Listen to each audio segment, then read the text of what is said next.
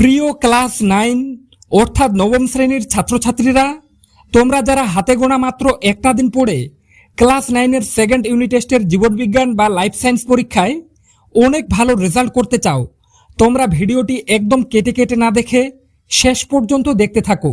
কেননা এই প্রশ্নপত্রে তোমরা যে যে প্রশ্নগুলো দেখবে প্রত্যেকটা যদি ভালোভাবে রেডি করে সেকেন্ড ইউনিট টেস্টের জীবনবিজ্ঞান পরীক্ষা দিতে যাও, এই প্রশ্নপত্রটি থেকেই বেশিরভাগ প্রশ্ন তোমরা হুবহু কমন পেয়ে যাবে।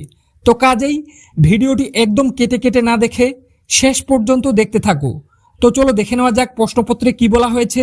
দেখে নাও, সঠিক উত্তরটি নির্বাচন করো। অর্থাৎ একের দাগে তোমাদের 5টি এমসিকিউ প্রশ্নের উত্তর করতে হবে। 1.1-এর দাগে আছে মানুষের ছেদক দাঁতের সংখ্যা হলো, উত্তর হয়ে যাবে খ-এর দাগের অপশনটি 4টি। প্রত্যেকটা প্রশ্নের উত্তর নীল কালারে করা আছে, তোমরা বুঝে নেবে। এরপর 1.2 ট্রাকিয়া কোন প্রাণীর শ্বাসঙ্গ, উত্তর হয়ে যাবে খ-এর দাগের অপশনটি অর্থাৎ ফড়িং। এরপর 1.3 পিত্ত নির্গত হয়, উত্তর ঘ-এর দাগের অপশনটি অর্থাৎ যকৃৎ থেকে। 1.4 রোজনের একটি উৎস হলো, উত্তর ক-এর দাগের অপশনটি অর্থাৎ পাইন গাছ। 1.5 প্রোটিন পরিপাককারী উৎসেচকটি হলো, উত্তর ঘ-এর দাগের অপশনটি অর্থাৎ পেপসিন। এরপরে দেখে নেব 2-এর দাগের প্রশ্নগুলি। তার আগে বলে রাখছি, যদি চ্যানেলে নতুন হয়ে থাকো তাহলে অবশ্যই চ্যানেলটি সাবস্ক্রাইব করে পাশে থাকা বেল আইকনটি প্রেস করে রাখো। কেননা এই চ্যানেল থেকে একদিন আগে হলেও যে যে ভিডিওগুলো আসবে প্রত্যেকটা ফলো করতে পারলে তোমাদের সেকেন্ড ইউনিট টেস্টের পরীক্ষা অনেক ভালো হবে। তাই অবশ্যই চ্যানেলটি সাবস্ক্রাইব করে পাশে থাকা বেল আইকনটি প্রেস করে রাখো। তো চলো দেখে নেব এরপরে 2-এর দাগের প্রশ্নগুলিতে কি বলা হয়েছে। নিম্নলিখিত প্রশ্নগুলির উত্তর দাও। অর্থাৎ 2-এর দাগে তোমাদের 1 নম্বরের 10টি প্রশ্নের উত্তর করতে হবে। 2.1-এর দাগে রক্তের কোন গ্রুপকে সর্বজনীন গ্রহিতা বলা হয়, উত্তর হয়ে যাবে এবি পজিটিভ গ্রুপকে। 2.2 গ্লাইকোলাইসিসের শেষে কোন জৈব যৌগ উৎপন্ন হয়, উত্তর পাউরুভিক অ্যাসিড বা পাউরুভেট জৈব যৌগ উৎপন্ন হয়। 2.3 লালারসে উপস্থিত দেশ উৎসেচক সেদ্ধ শ্বেতসারের আংশিক পচন ঘটাতে সক্ষম, উত্তর হয়ে যাবে টায়ালিন বা এমাইলেজ উৎসেচক। 2.4 মানুষের একটি শ্বাসপেশির নাম লেখো, উত্তর হয়ে যাবে ইন্টারকোস্টাল পেশি। 2.5 কোন প্রাণীর দেহে অতিরিক্ত বায়ুথলি দেখা যায়, উত্তর পায়রার দেহে। 2.6 এডিপি এর পুরো কথাটি কি, উত্তর এডেনোসিন ডিপসোফেট। এরপরে দেখে নেব 2.7-এর দাগে কি আছে। উদ্ভিদ দেহে পরিবহনের প্রধান মাধ্যম হলো ড্যাশ, উত্তর জাইলেম ও ফ্লোয়েম। 2.8 শালক সংশ্লেষের আলোক দশা কোথায় ঘটে, উত্তর ক্লোরোপ্লাস্টে। 2.9 হাঁপানির ওষুধ তৈরিতে কোন উপক্ষার ব্যবহৃত হয়, উত্তর ধুতুরা গাছের পাতা ও ফল থেকে পাওয়া ডাটুরিন উপক্ষার। 2.10 কোন বিজ্ঞানী ফটোসিনথেসিস শব্দটি প্রথম ব্যবহার করেন, উত্তর বিজ্ঞানী চার্লস আর বার্নস।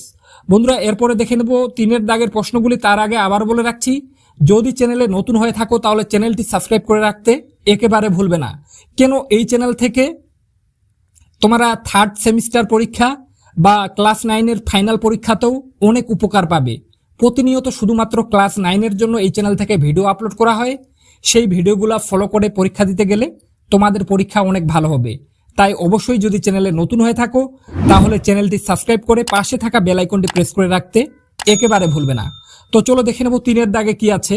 সংক্ষিপ্তে উত্তর দাও যে কোনো 5টি। অর্থাৎ 3-এর দাগে তোমাদের 2 নম্বরের 5টি প্রশ্নের উত্তর করতে হবে। 3.1-এর দাগে আছে মৃতজীবী ও মিথজীবী উদ্ভিদের মধ্যে 2টি পার্থক্য লেখো।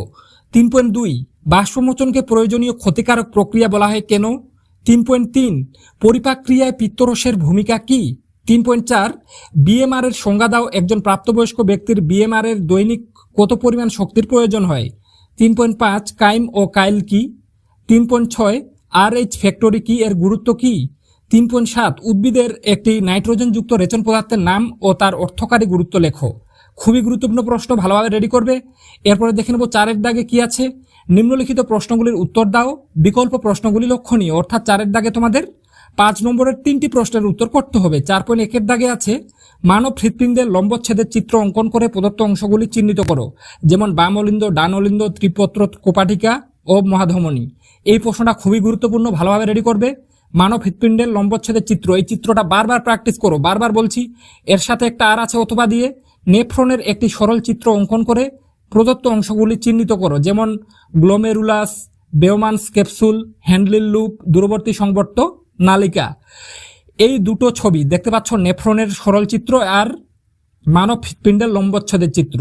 এই দুটা ছবি যদি তোমরা ভালোভাবে প্র্যাকটিস করো, দুটা ছবির মধ্যে একটা 100% কমন পেয়ে যাবে। 95% স্কুলে কিন্তু দুটো ছবি আসবে, দুটোর মধ্যে একটা উত্তর করতে হবে। তাই ভালোভাবে এই দুটো ছবি প্র্যাকটিস করবে, একটা প্রশ্ন কমন পাবেই পাবে। সারা ইউটিউবে বন্ধুরা তোমাদেরকে এমনভাবে কেউ বলবে না। তাই যদি ভিডিওটি ভালো লেগে থাকে তাহলে অবশ্যই চ্যানেলটি সাবস্ক্রাইব করে পাশে থাকা বেল আইকনটি প্রেস করে রাখো। তো চলো দেখে নেব 4.2 এর দাগে কি আছে। রক্তসঞ্চন কাকে বলে, এই প্রক্রিয়াটি সংক্ষেপে আলোচনা করো। এর সাথে অথবা দিয়ে আছে, তুমি মাংসকে খাদ্য হিসেবে গ্রহণ করলে তা তোমার পরিপাক নালীর বিভিন্ন অংশে কিভাবে পাচিত হবে তা বর্ণনা করো। মৃতজীবী ও মিথজীবী পুষ্টির মধ্যে দুটি পার্থক্য লেখো। খুবই গুরুত্বপূর্ণ, ভালোভাবে রেডি করবে। এরপর 4.3 এর দাগে তোমরা এই প্রশ্নটা কিন্তু 95% স্কুলে কমন পেতে চলেছ। সেটা হলো সালোক সংশ্লেষের অন্ধকার দশার ঘটনাবলী সংক্ষেপে উল্লেখ করো। খুবই গুরুত্বপূর্ণ, তোমরা ধরে নিতে পারো 99% স্কুলে এই প্রশ্নটা কমন পাবে। ভালোভাবে রেডি করবে। এর সাথে আছে উদ্ভিদের প্রদত্ত রেচন কৌশলগুলি বর্ণনা করো, যেমন পত্রমোচন, বাকলমোচন, ফলমোচন।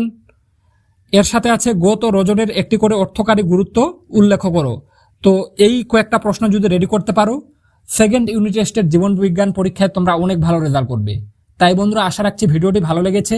ভিডিওটি ভালো লেগে থাকলে অবশ্যই ভিডিওটিতে একটি লাইক করে এইরকম অন্যান্য সাবজেক্টেরও ভিডিওগুলি পেতে চ্যানেলটি সাবস্ক্রাইব করে পাশে থাকা বেল আইকনটি প্রেস করে রাখো।